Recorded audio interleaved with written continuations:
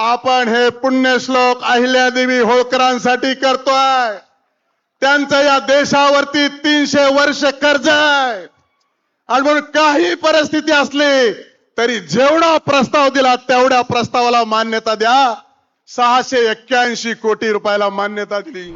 देवेंद्र फडणवीसांकडे आजपर्यंत मी या संदर्भात घेऊन गेलेला कागद परत आला नाही मंजुरी शिवाय।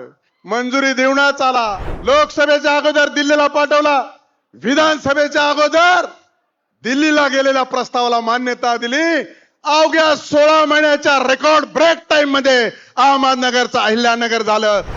या ठिकाणी 1996 साली तत्कालीन राष्ट्रपती महामहिम डॉक्टर शंकर दयाळ शर्मा यांनी भेट दिली।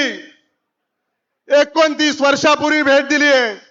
300व्या जयंतीला आले नाहीत, आमचा कुणाचा राग नाही, पण 300व्या एकच्या जयंतीला या देशाचे माननीय पंतप्रधान आले पाहिजेत, ही आमची भावना आहे। कारण रागवायसारखं काहीच राहिलं नाही। आपण 1 कोटीने 50 लाखाने 20 लाखाने पैसे निधी मागायचो। सभापती झाल्याच्या नंतर मला वाटलं प्रयत्न करायला काय हरकत नाही आणि म्हणून मी आराखडा तयार केला। हाय पॉवर कमिटीची मीटिंग बोलवली, कन्सल्टंट नेमला, आर्किटेक्चर नेमला, पीडब्ल्यूडी ला निर्देश दिले, माझ्या अधिकार कक्षेत दिले। पण मी सातत्यानं माननीय मुख्यमंत्री आणि उपमुख्यमंत्र्यांच्या कानावर हे घालत होतो। मला वाटलंच नव्हतं मी जेवढा प्रस्ताव देईल, हाय पॉवर कमिटीने सांगितलं की 681 कोटीला मान्यता दिलेली आहे।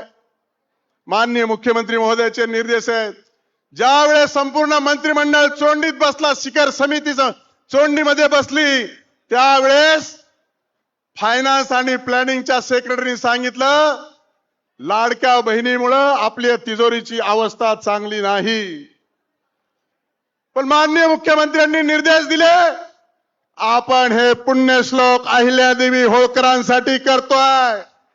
त्यांचं या देशावरती 300 वर्ष कर्ज आहे आणि म्हणून काही परिस्थिती असली तरी जेवढा प्रस्ताव दिला तेवढ्या प्रस्तावाला मान्यता द्या। 681 कोटी रुपयाला मान्यता दिली। टाळ्याच्या प्रचंड गजरामध्ये आपण टाळ्या वाजवून माननीय मुख्यमंत्री, उपमुख्यमंत्री आणि राज्य सरकारचं स्वागत आणि अभिनंदन करा। पण त्याच्याही पुढे जाऊन सांगतो, 500 कोटी अजून आपल्याला होल्ड करून ठेवले। जो मी प्रस्ताव तयार केला होता, चोंडीला जोडणारे सगळे रस्ते 350 कोटी रुपयाचे आहेत आणि युनिटी ऑफ स्टॅच्यू सारखा अहिल्यादेवींचा पुतळा या बेटावरती निर्माण होणार आहे। त्याच्या कडेला बुडीत बंधाऱ्यासाठी 150 कोटीची आवश्यकता आहे। अशा 500 कोटी रुपयाची तरतूद 30 जूनला होणाऱ्या अधिवेशनामध्ये सप्लिमेंटरी मध्ये बजेटमध्ये करावी, अशा प्रकारची मी आपल्याला विनंती करतो। करायची ना? द्यायला आता काय कमी करत नाही, आपल्याला विनंती केली की मंजूर आहे, त्यालाच म्हणतात देवेंद्र फडणवीस। देवेंद्र फडणवीसांकडे आजपर्यंत मी या संदर्भात घेऊन गेलेला कागद परत आला नाही मंजुरी शिवाय। मंजुरी देऊनच आला। दरम्यानच्या काळात माननीय तत्कालीन मुख्यमंत्री एकनाथरावजी शिंदे साहेब होते, उपमुख्यमंत्री देवेंद्रजी फडणवीस साहेब होते आणि अशीच आपली 298वी जयंती होती आणि आम्ही सांगितलं संभाजीनगरचं झालंय, धाराशिवचं झालंय, अहमदनगरचं अहिल्यानगर कधी होणार आहे?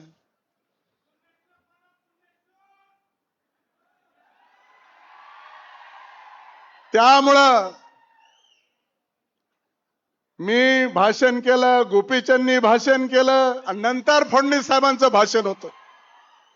फडणवीस साहेबांनी सांगितलं या सभेचं म्हणणं आहे, ह्या दोघांनी फक्त भाषण केलंय, तुम्ही हा प्रस्ताव माननीय मुख्यमंत्री महोदय मान्य करा, असा प्रस्ताव ठेवला आणि एकनाथरावजी शिंदे साहेबांनी अहिल्यानगर करण्याची घोषणा केली आणि अहिल्यानगरची घोषणा केल्याच्या नंतर मी सांगितलं फडणवीस साहेब साहेबांनी घोषणा केली आहे, तुम्ही समर्थन दिले, आता प्रस्ताव दिल्लीला पाठवा.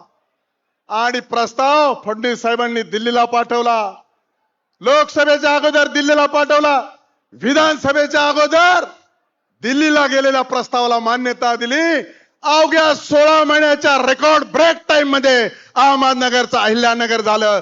हा तुमचा आमचा स्वाभिमान आहे, हा अभिमान आहे. आणि म्हणून साठी अशा प्रकारचं कार्य कर्तृत्व केलं, त्यांना अभिवादन करण्यासाठी निश्चित स्वरूपामध्ये सरकार एका महिन्यात आपल्यामध्ये दोनदा आलंय.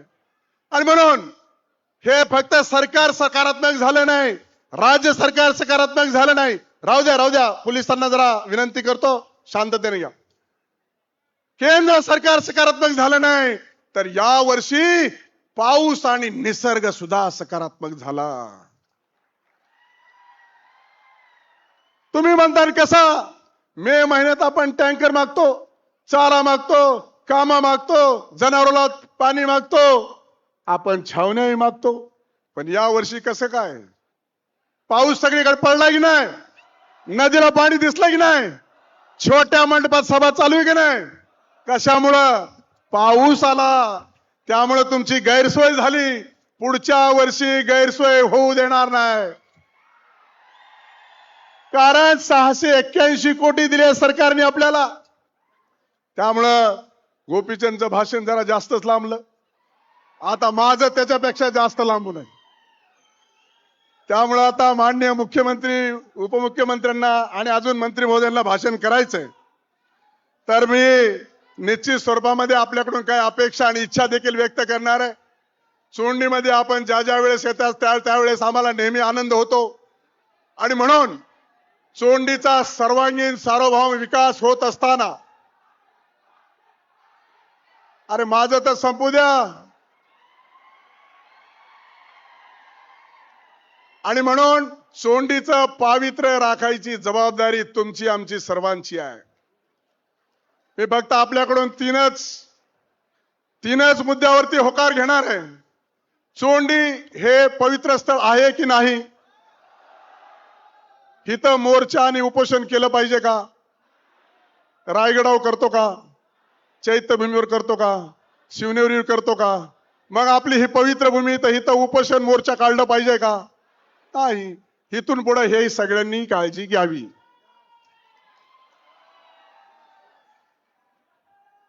एवढंच म्हणणं आहे. त्यामुळं हे आपलं प्रेरणास्थळ आहे, हे आपलं शक्तीस्थळ आहे, हे आपलं ऊर्जा स्थळ आहे, हे आपलं पवित्र स्थळ आहे. हेतून सगळी जण याचं पावित्र्य टिकवण्याची जबाबदारी तुमची आमची सर्वांची आहे. आणि म्हणून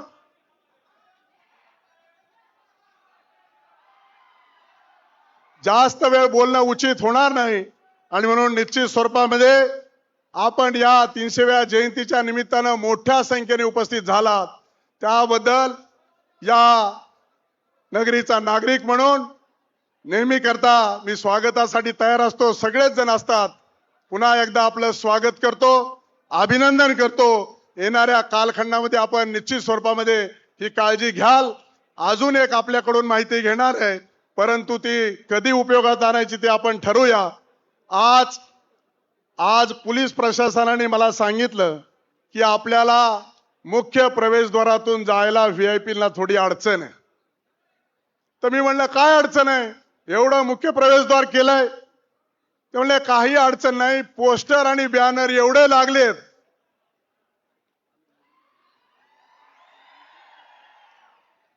तर याच्यावर जे विद्रुपीकरण झालं तीर्थस्थळाचं, याच्यावर देखील भविष्यात कुठेतरी आपल्याला चर्चा करावी लागेल. चोंडी गाव छोटा आहे.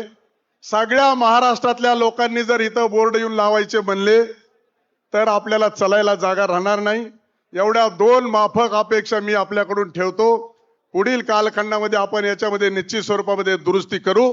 आणि म्हणून पुन्हा एकदा मी सरकारचं मोठ्या प्रमाणामध्ये निधी देऊन या तीर्थस्थळाला राष्ट्रीय स्मारक दर्जा देण्याच्या संदर्भात निधी उपलब्ध करून दिला, त्याबद्दल माननीय मुख्यमंत्री, माननीय उपमुख्यमंत्री आणि राज्याच्या मंत्रिमंडळाचं आपण टाळ्या वाजवून अभिनंदन करावं. एवढंच या ठिकाणी बोलतो आणि माझं बोलणं थांबवतो. जय हिंद, जय महाराष्ट्र, जय मल्हार. सोशल मीडियाच्या भाऊ गर्दीत विश्वासार्हतेने चकाकणारे नाव म्हणजे लेट्सअप मराठी. सगळ्यांना, सगळ्या नागरिकांना ती स्पीच, ती लेट्सअप वरील मुलाखती म्हणजे विचारांचा खजिना. त्यानंतरच्या निवडणुकीमध्ये मला सोडून गेले. बातम्या केवळ वस्तुस्थिती सांगणाऱ्या, न प्रोपगंडा, फक्त जनतेचा अजेंडा.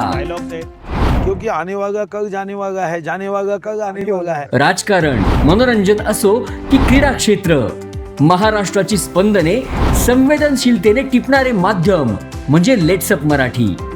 जगासोबत एक पाऊल पुढे राहण्यासाठी लेट्सअपचे ॲप, सोशल मीडिया आणि वेबसाईट सोबत कनेक्टेड रहा.